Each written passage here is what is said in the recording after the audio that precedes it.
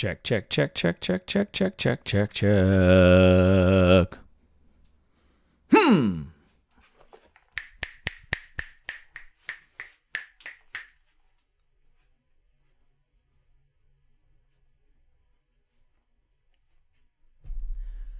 Hey guys, what's going on? My name is Chris, and I'm your dad next door. And today is a very, very exciting day in the studio as we are finally getting the opportunity to do our review on the RE320 microphone from Electrovoice. Now, before we get started on this review today, I just want to say thank you, Nathan, for giving me the opportunity to review your microphone and having it shipped to me. This is an amazing piece of equipment, and I'm so glad that you've given me the chance to be able to give it a fair review compared to some of my other equipment that I have here today, and we can show just how amazing this thing really is. To get started off, let's talk about what actually comes with the microphone. You're going to get this amazing carrying pouch. This thing is the beefiest pouch I've ever seen for a microphone of this type, but when you've got a microphone of this quality, you're going to want something really nice to carry it in. To discuss about the microphone itself, this thing is the tallest microphone I've reviewed yet at just over 8.5 inches long. You can see about how much taller it is. It's the entire headspace taller than my AT2020 currently. So this is a very, very large microphone, and it's also very heavy as well. The spec sheet rates it at 680 grams, and then when I put it on my scale here today, it's rated right at 671 with the stand clip attached to it as well. So still, that's over a pound for this microphone. It's definitely heavy. This thing is built solid. It is a beautiful piece of equipment. I really, really, really like the way this microphone looks. Everything about it just says classy, says I know what I'm doing, and I'm here to get a good job done. On the microphone itself, you don't really have a whole lot. You have the RE320 written on the bottom of the right below the mesh grill there. On the opposite side, it does say Electrovoice. At the very bottom of the microphone here, you do have a toggle switch, which will be your frequency adjustment. It actually says on the documentation that that is for if you're using this for a kick drum or something that's a little more bassy. We'll change that or test that out and see what the difference is. It looks like it cuts the mid frequencies a little bit and raises the lows. So we'll check that out as we get there. As far as some technical information about the microphone here, it does say that the kick curve is what they call it for that toggle switch. The frequency response for that is 30 hertz to 18,000, and then the general curve is 45 hertz to 18,000. It is a cardioid polar pattern. So for those of you that are new to microphones, we will be talking into the front or a top address microphone. So the pattern will roll off almost in a kind of a, not a heart shape, but almost in a half circle here. And we'll do a polar pattern test here in a minute to see how well that does rejection on the sides and the rear. So let's go ahead and take the opportunity. I'm going to unhook this AT2020, move it over to the side. We'll get the RE320 hooked up, get it on the stand here, and figure out exactly what this thing sounds like and give you guys a quality comparison. While we're getting things set up here today, I do just want to say that YouTube is telling me that 98.4% of the view time on this channel is from non-subscribers. If you guys are enjoying this content here today, please take a moment and hit that subscribe button so that way you can get notifications of future videos as they release.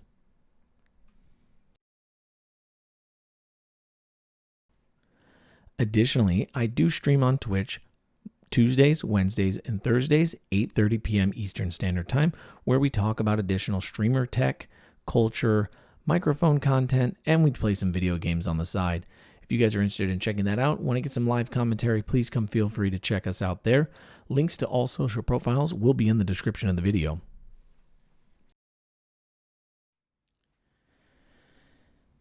And here we go. Now we have the Electrovoice RE320 hooked up on the stand here, and I'm hoping you notice an immediate difference in the quality between these two microphones. Again, this RE320 starting off today, at the time of this review, is currently $299 on Amazon, and my initial starting microphone, the Audio-Technica AT2020 XLR version, is currently running around between $79 and $99. Major difference between these two microphones: the Audio-Technica is a condenser microphone, the RE320 is a dynamic microphone. Again, for those that are new to microphones, dynamic does not require any additional power. It is all done off of the electricity generated through the coil as it is vibrated by my voice. So what's really, really nice about dynamic microphones is that in quiet settings or in noisy settings, you have the opportunity to be able to only pick up sound that is directly in front of the capsule, or try to eliminate some of the ambient noise that's around it by, not having the ability for the microphone to be activated all the time. A condenser has an electric coil in it that is always moving, always doing different things, and the condensers will generally pick up a lot of extra noise, a lot of extra feedback, and things like that because they're always operating. As mentioned before, this thing is huge. It's really sticking out at me. It does look beautiful on the stand here. I love the way it looks on camera. I think this is a really, really cool microphone. Now we're going to go ahead and do our polar pattern test to show you how the cardioid pattern works. I'm just going to pull this out a little further for me here. And then I'm going to work my way around the microphone. As I go this way, I'm going to be about directly 90 degrees from the capsule here. And now I'm going to work my way behind the capsule, and I'm kind of way on the rear end here. I'm talking a little bit louder now, just for an opportunity to show you, because I am further away from the capsule itself. Coming back to 90 degrees, coming right back in front of the microphone. I'm going to go to 90 degrees this side just to show you that it's going to be the same all the way around. As far as the polar pattern, it's going to be, again, a top address microphone, and then it should be the same. If you're off axis, it should be the same no matter where you're off axis at, because of the fact that it's 360 degrees. And now we're going to do our test of our toggle switch here on the differences between the audio tone here. I honestly don't know what this is going to sound like and what the differences are going to be, but we're just going to go ahead and click this here and see what changes in our voice, if at all. Again, this does say that this is for a kick drum style of setup, so it's more designed for a bassier sound, I guess. The frequency response curve was on the paperwork. Down here. Let's see if I can get that on camera for you so you guys can see the differences in that. It is the one on the, if that's even going to show up. That's not even going to show up. Why not? That's what I get for having super bright lights. That's not even going to show up.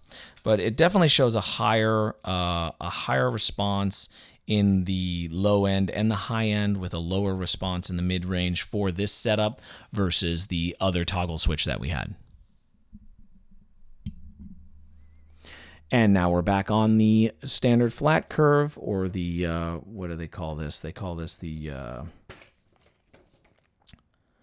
general curve. So now we are back on the general curve just to show you the differences there, to understand what that little toggle switch does. If you were using this for music, possibly it could be an opportunity for that. I typically think this is a broadcaster's microphone. I wouldn't personally use it for music myself, but I don't do music generally, so that's that. Now, for all the remaining tests that I will be performing here today, I will be using both the RE320 and the Audio-Technica AT2020 just for reference purposes to show the difference. The next test that we're going to be doing here right now is going to be a noise floor test. So essentially, for noise floor, we just want to know the amount of self noise that these microphones make when they're not operational or when the room is pretty quiet. Again, I do not have a perfectly sound treated room. So with that, you're going to hear maybe a little bit of a fan or something like that. What we're really looking to hear is a hum or a hiss if either of these microphones produce it.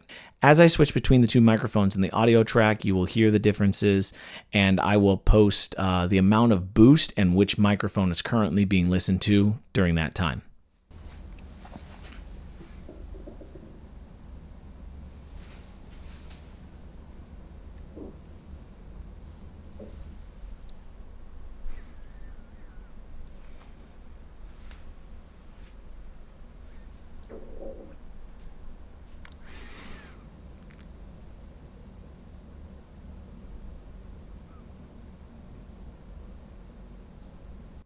And again, that would conclude our self-noise or noise floor test. And now at this point of the test, I have my phone currently playing up on the shelf over here right beside me that is playing a track from Harris Heller's Stream Beats compilation. And I just wanted to give an opportunity to listen to what the intrusion between these two microphones are. Now, the Audio-Technica is turned a little bit more off-axis than the RE320 is, but we'll give it a fair comparison and give it an opportunity to kind of show how much of the audio bleeds in while I'm talking here, and kind of just gives an opportunity to show exactly what you're going to pick up from other sounds in the room.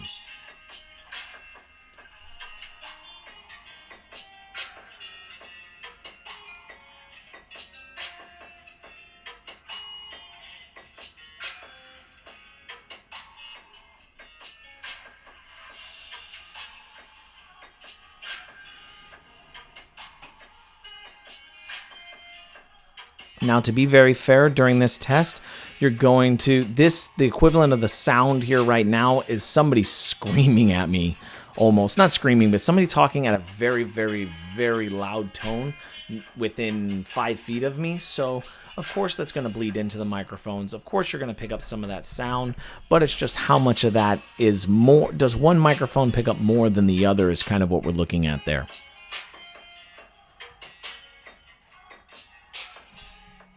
Now, I hope this review has given you the opportunity to understand the difference between these two microphones, and if either of them sound a little bit better.